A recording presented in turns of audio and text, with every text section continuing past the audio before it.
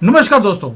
आपको मालूम है कि इजराइल ने ईरान के ऊपर अटैक कर दिया और हमने पहले बोला था कि फुल फ्लैश वॉर नहीं होगा, ये सिर्फ धुआं किया जाएगा। इजराइल ने वही काम किया। वो गया ईरान के अंधेरे में जगमगाहट कर दी है, यानी कि दिवाली ईरान में मना ली गई है। पटाखे फोड़ दिए गए हैं, धुआं कर दिया है और पूरे दुनिया की जो मीडिया है इसके ऊपर बात कर रही है। यही इजराइल चाहता भी था और ईरान ने बोल दिया कि हम भी रिटेलिएट करेंगे क्योंकि हमारे ऊपर इजराइल ने अटैक किया है। यानी कि वही मुसलमानों वाला हाल कि पहले अटैक करेंगे, उसके बाद विक्टिम कार्ड खेलना शुरू कर देंगे। और अभी आप देखेंगे अल जजीरा, CNN, BBC और हमारे यहाँ पर बिके हुए जो शेरवानी है फटी हुई, वो सभी बोलेंगी देखिए इजराइल ने ईरान के ऊपर अटैक किया, उसमें सिर्फ लेडीज और बच्चे मारे गए हैं। वो कभी भी ये नहीं बोलेंगे कि इतने कॉकरोच मारे गए, उसमें लेडीज और बच्चा ये विक्टिम कार्ड खेलने के लिए बोल देते हैं। चलिए अब इससे होगा क्या, इसके ऊपर बात करेंगे। एक प्रेडिक्शन जो हमारी फीलिंग थी उमेश जी की भी और मेरी भी, कि इजराइल कभी भी फुल फ्लैश अटैक नहीं करेगा। ईरान के अंदर जाकर वो एक अटैक करेगा, धुआं करेगा और वापस चला जाएगा। वही काम उसने किया। अब आगे जाकर क्या होगा, एक वो चीज। दूसरा, अगर आपको याद हो तो हमने एक बात किया था शुरू में कि जैसे जैसे USA के इलेक्शन पास में आएंगे, USA एक फुल फ्लैश्ड वॉर वो चाहता है कहीं भी एस्केलेट हो, और वही काम वो बार बार करता जा रहा है। इसीलिए ईरान के ऊपर इजराइल ने अटैक करना है और बाइडन की पैंट लीक कर गई। मैं अंदर से लीक वाली बात नहीं कर रहा हूं, जो हरोजी होती है उसकी जेब से जो पूरा प्लान था इजराइल का वो भी लीक हो गया। आपने देखा है वो, और पैंट तो लीक थी ही थी। अब आप बात करते हैं इसके ऊपर डिटेल में जाकर कि क्या अमेरिका जानबूझकर ये लीक कर रहा है या उसकी पैंट नेचुरली ही लीक कर रही है इतनी एज में आकर। उमेश जी से बढ़िया कोई विश्लेषण नहीं कर सकता इन चीजों के ऊपर, क्योंकि बाइडन के साथ इनकी मुझे लगता है पर्सनल दोस्ती भी है। उमेश जी, जय सिया राम। जय सिया राम। सर, ये आपका जो बाइडन है, प्रिय बाइडन, ये रोज लीक करता जा रहा है। इलेक्शंस आने वाले हैं, युद्ध वो चाहता था। क्या आपको लगता है कि अब जैसे इजराइल ने ईरान के ऊपर धुआं किया है, क्या अब ये एक फुल फ्लैश वॉर में कन्वर्ट होने वाला है? क्योंकि इजराइल ने सिर्फ ईरान के अंदर जाकर अटैक नहीं किया है, एक रात में हिजबुल्ला जो कि लेबनान में बैठे हैं, सीरिया दमस्कस के पास एक छोटा सा एरिया वहां पर, और ईरान में 3 फ्रंट वॉर एक रात में शुरू कर दिया। क्या ये फुल फ्लैश वॉर होगा अभी? सर, आपको ये समझना पड़ेगा कि ये ब्रिक्स समिट खत्म हुई है 24 तारीख को और आज है 26 तारीख। और ब्रिक्स समिट में सऊदी अरेबिया के जो मोहम्मद बिन सलमान है वो जाने वाले थे और नहीं गए। और जिस समय ब्रिक्स समिट चल रही थी वो एंटोनी ब्लिंकन के साथ बैठे थे। ईरान को ऑफिशियली इंडक्ट कर दिया गया as a member country in BRICS. Russia ने बोल दिया है कि हम आपके साथ हैं। इजराइल को ईरान के ऊपर अटैक करना था क्योंकि as a face saving measure Benjamin Netanyahu जो वहां के प्राइम मिनिस्टर है, he needed to attack Iran. और उन्होंने ईरान पर अटैक भी किया एक हफ्ते पहले, यूएस प्रेसिडेंशियल इलेक्शन से एक हफ्ते पहले, जिसके कारण वहां पे ट्रंप का आने का बहुत लाइकली चांसेस है। और अगर ट्रंप आ गए तो उन्हें मालूम है कि ईरान और ट्रंप के बीच में बहुत पुरानी दुश्मनी भी है। जब ट्रंप थे राष्ट्रपति थे अमेरिका के, तो वहां पे ईरानियन जनरल कासिम सुलेमानी, उनको उनकी कंट्री में घुस के मार दिया गया। और आज भी ईरान बोलता है कि वो डोनाल्ड ट्रंप को मार देगा। तो सर, ये ग्लोबल बिल्डअप है वॉर का, जो होना ही था, बहुत दिनों से चल रहा था। इजराइल को भी एक रिटेलिएटरी स्ट्राइक करनी थी। अब प्रॉब्लम क्या है कि इन दोनों की लड़ाई में गल्फ में जो स्ट्रेट ऑफ हुर्मुज है उस पे अगर ईरान ने ब्लॉकेड कर दिया तो तेल के भाव बढ़ जाएंगे। और सेकेंड, जो सऊदी अरेबिया के जो तेल के रिजर्व्स है, that is under the direct, that can come under the direct attack of Iran. और सर, इसके लिए आप देखिए कि मोहम्मद बिन सलमान ब्रिक्स की समिट में गए नहीं, वो एंटोनी ब्लिंकन के साथ बैठे थे। और यूएस ने अभी सऊदी अरेबिया को $2.2 बिलियन का आर्म्स का सेल किया है। इसका मतलब आप समझ जाइए सर कि यूएस जो चाहता था लोकलाइज कॉन्फ्लिक्ट, एक और एक फ्रंट चालू हो गया है। ये हिजबुल्ला, हुती या हमास की लड़ाई नहीं है, अब डायरेक्ट लड़ाई है ईरान और इसराइल की। और इसमें जो मुस्लिम देश है उनको अभी साइड लेना पड़ेगा। वो अभी ये नहीं बोल सकते कि हम इसके अगेंस्ट, हम इसके बाहर रहेंगे। कहीं ना कहीं ईरान का भी नेक्स्ट टारगेट ऐसा रहेगा कि जितने भी मिडिल ईस्ट में मुस्लिम देश है उनको अपनी तरफ करने की कोशिश करेगा। नहीं उमेश जी, आपको नहीं लगता कि अब ये ब्रिक्स वर्सेस G7 होता जा रहा है?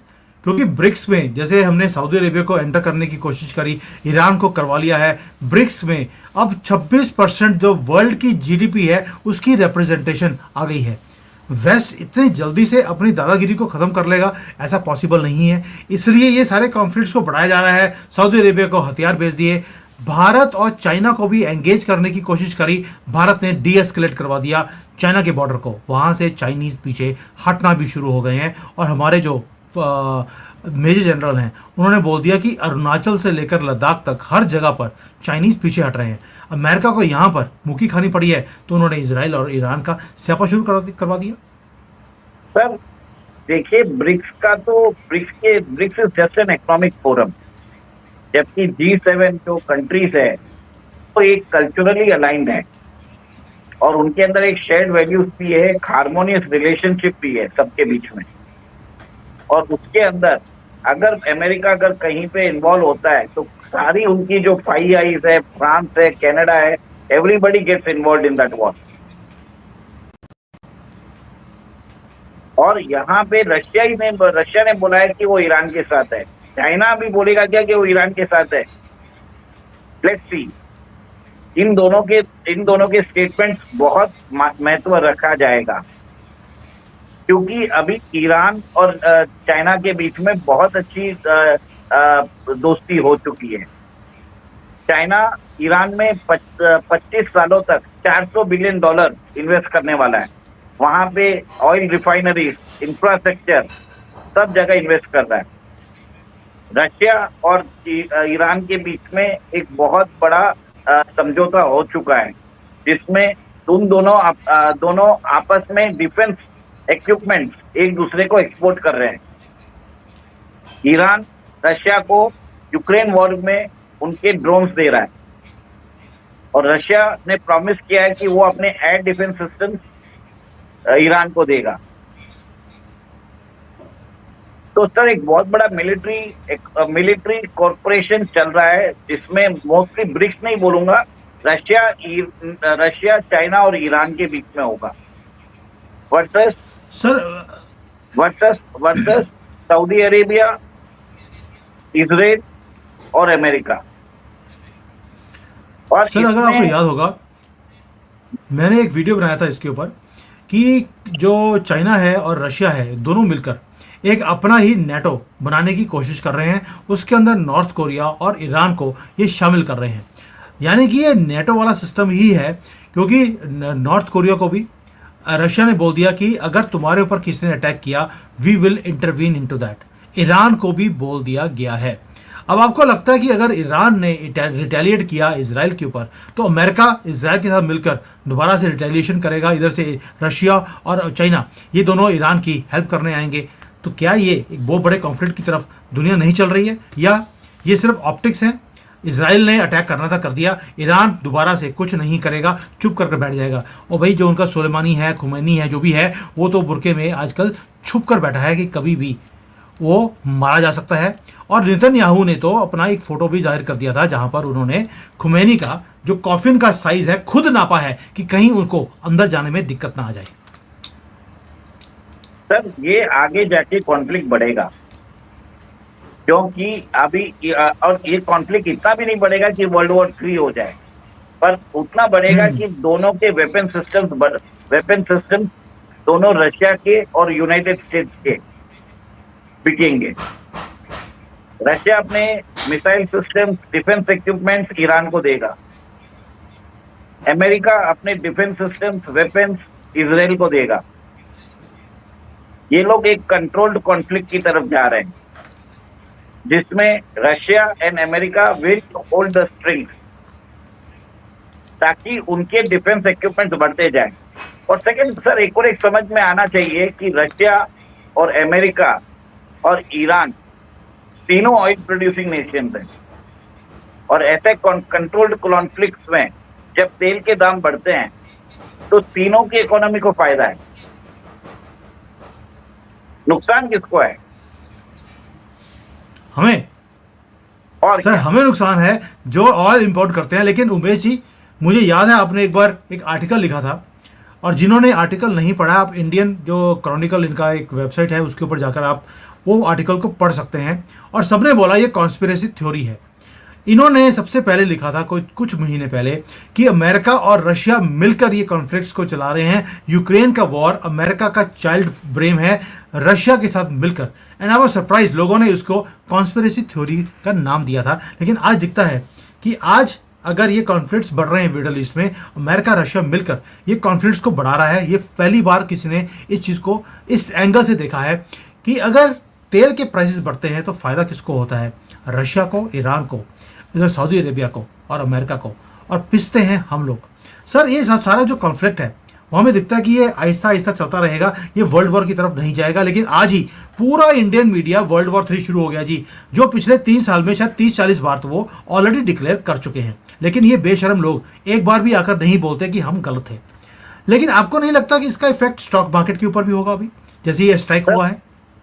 सर एक सेकेंड, बस तो ये बताना चाहता हूँ कि रशिया के जो यूरेनियम सप्लाईज है वो अमेरिकन रिएक्टर्स में यूज हो रहे हैं। Why will Russia export uranium to America जब उनके अंदर दुश्मनी है? अमेरिका बोल रहा है कि अभी हम यूरेनियम भी लेना बंद कर देंगे, पर 2.5 साल तक आप ले रहे थे यूक्रेन वॉर के बाद। सबसे पहले क्वेश्चंस तो ये जवाब दीजिए कि अगर आपके बीच में दुश्मनी होती है, आप यूरेनियम जैसा क्रिटिकल एलिमेंट रशिया अमेरिका को एक्सपोर्ट करेगा क्या? सेकेंड, रशिया के $300 बिलियन अमेरिका ने सीज कर दिए थे, पर जो तेल यूक्रेन वॉर में $30 में बिक रहा था आज $75-80 तक पहुंच गया है। तो सर ये वॉर इकोनॉमिक्स है, और अभी भी ये जो वॉर हो रहा है इसके अंदर जिस हिसाब से कमोडिटीज के भाव बढ़ेंगे उसमें नुकसान किसको होगा? चाइना को होगा, इंडिया को होगा, एंटायर वर्ल्ड को होगा, ईयू को होगा। फायदा किसको है सर? अमेरिका को, जो खुद शेल से तेल बनाता है। सऊदी अरेबिया को प्रॉब्लम नहीं है, ईरान को प्रॉब्लम नहीं है, रशिया को तो और भी फायदा है। जो 75 है वो 90 पहुंच जाएगा। किसको नुकसान है? The consumer. तो सर ये नॉर्मल सी बातें हैं, इसके अंदर कोई बड़ा कोई जियोपॉलिटिकल एनालिसिस की जरूरत नहीं है। It is all a war economy, it is a controlled conflict जिसमें नुकसान सबको है। और इसमें इसराइल का क्या फायदा है कि इसराइल के नेतन्याहू को दिखाना पड़ेगा कि उन्होंने भी अटैक किया है वापस ईरान के ऊपर। वो ऑप्टिक्स भी हो चुका है। अब क्या स्टेटमेंट्स आएंगे कि we will do it? Iran बोलेगा कि हम रात को ही अटैक करेंगे, फिर वो बोलेगा we are preparing, trusted sources. मतलब एक तरह से वॉर मॉन्गरिंग चालू हो जाएगा। और आगे अगर ये जो कंट्रोल कॉन्फ्लिक्ट है इसको एस्केलेट धीरे धीरे किया जाएगा। और स्टॉक मार्केट के हिसाब से मुझे लगता है एक रिएक्शन तो आना चाहिए मंडे को। We never know how things. War के टाइम पे इमीडिएटली मार्केट में एक करेक्शन भी आता है और वापस रिवाइवल भी हो जाता है, क्योंकि अमेरिका ने अभी अपने रेट्स कम करना चालू कर दिए हैं। Another rate cut is possible in November after the US election. और अब इस कॉन्फ्लिक्ट के बाद ट्रम्प का जीतना लगभग तय हो चुका है, क्योंकि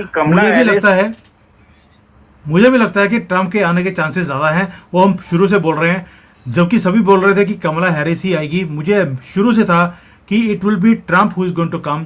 कहीं ना कहीं ट्रंप ने भी डीप स्टेट के साथ हाथ जोड़ लिया है कि भाई बाप, आप जो चाहते हैं मैं करने को तैयार हूं, लेकिन आप मेरी गवर्नमेंट को दोबारा आने दीजिए। कमला हैरिस तो आपका कोई भी काम करने वाली नहीं है, उसके तो नाम में ही कमला है, यानी कि कमली वो जन्म से है। उनके पेरेंट्स को बचपन से ही पता लग गया था ये कमली है, इसका कुछ नहीं हो सकता। उन्होंने नाम भी कमाला नहीं है, कमला है। सर कमला हैरिस जो मुझे लग रहा था कि शायद आ सकती है इनिशियली, पर जब आज का अटैक से ईरान के अटैक पे मुझे लग रहा है कि डोनाल्ड ट्रंप के चांसेस ज्यादा है। सेकेंड, आपने सही बताया है कि डोनाल्ड ट्रंप और डीप स्टेट के बीच में एक अलायंस हो चुका है। पूरे कैंपेन में डोनाल्ड ट्रंप ने एक बार भी डीप स्टेट का नाम नहीं लिया और वो खुद बिटकॉइन को सपोर्ट कर रहे हैं, और उनके आने से बिटकॉइन के दाम भी बढ़ सकते हैं।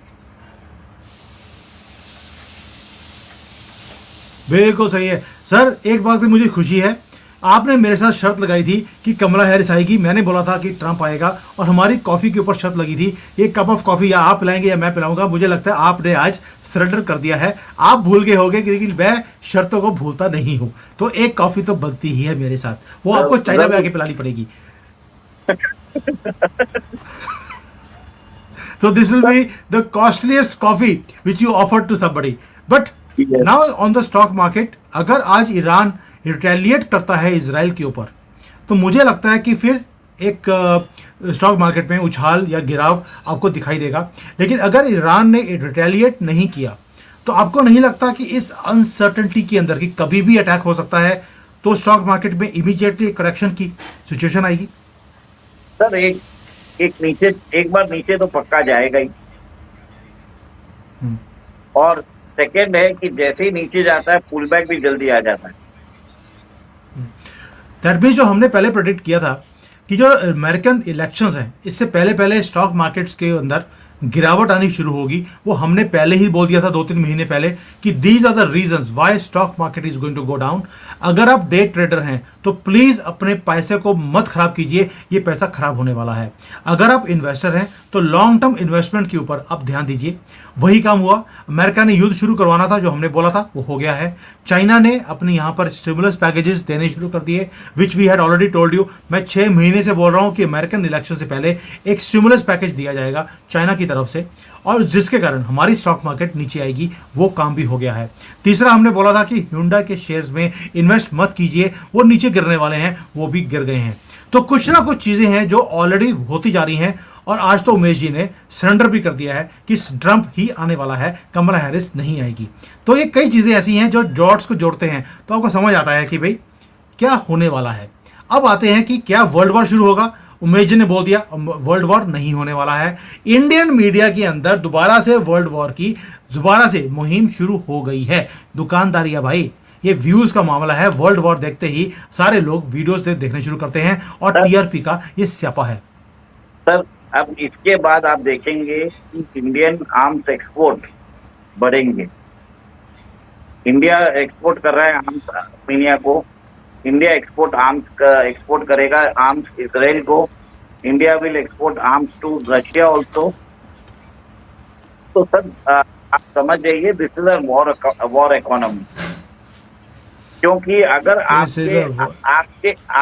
जब आप कंटिन्यूस एक मैन्युफैक्चर्ड कॉन्फ्लिक्ट आप एक दूसरे पे अटैक करते हो कि आपने 100 मिसाइल डाली, मैंने 100 मिसाइल डाल दी, तो कहीं ना कहीं आपको रिप्लेनिश तो करना ही पड़ेगा ना। अपना जो जितने भी मिसाइल है, आर्सेनल है, शेल्स है, ये सब म्यूनिशंस है, ये इंडिया से जाएंगे। और अभी सुनने में आया कि नागपुर की कोई कंपनी ने 900 करोड़ रुपए के आर्म्स एक्सपोर्ट किए हैं।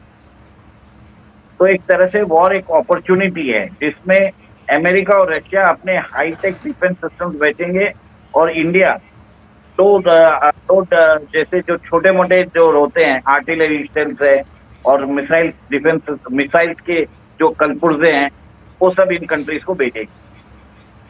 तो मेरा यही मानना है। चलिए, यानी कि हमारे जो आर्म्स की जो कंपनियां हैं, आपने पहले बोला था इनके शेयरों के प्राइसेस बढ़ने वाले हैं, वो बात भी सही हो गई कि हमारी जो आर्म्स मैन्युफैक्चरिंग वाली कंपनीज हैं उनके शेयर बढ़ेंगे।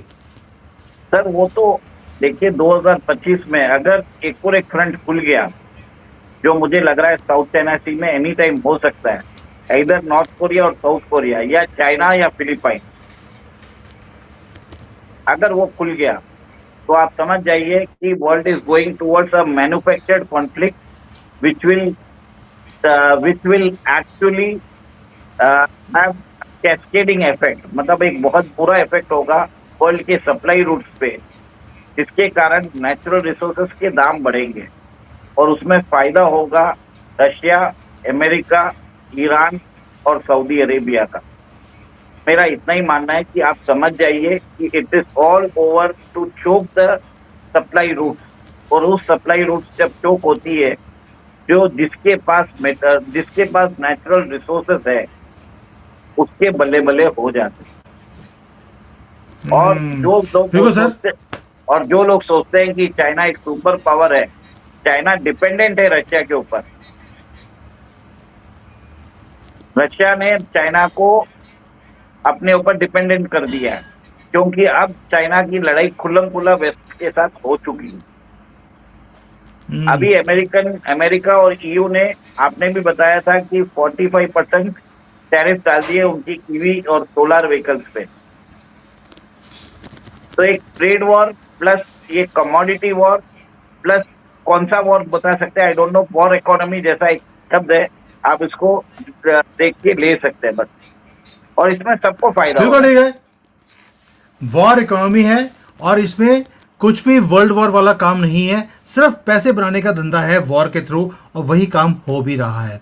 थैंक यू सर, बहुत डिटेल में आपने डिस्कस किया आज इसके ऊपर, और कुछ कॉन्सेप्ट्स हैं जो लोगों को समझ भी आएंगे कि ये वर्ल्ड वॉर नहीं है, ये वॉर इकोनॉमिक्स है, और किस तरह से अमेरिका ये सारी चीज़ों को उजागर कर रहा है, किस तरह से वो रशिया के साथ शायद मिलकर ये सारे काम को किया भी जा रहा है, क्योंकि फायदा इन सबका है।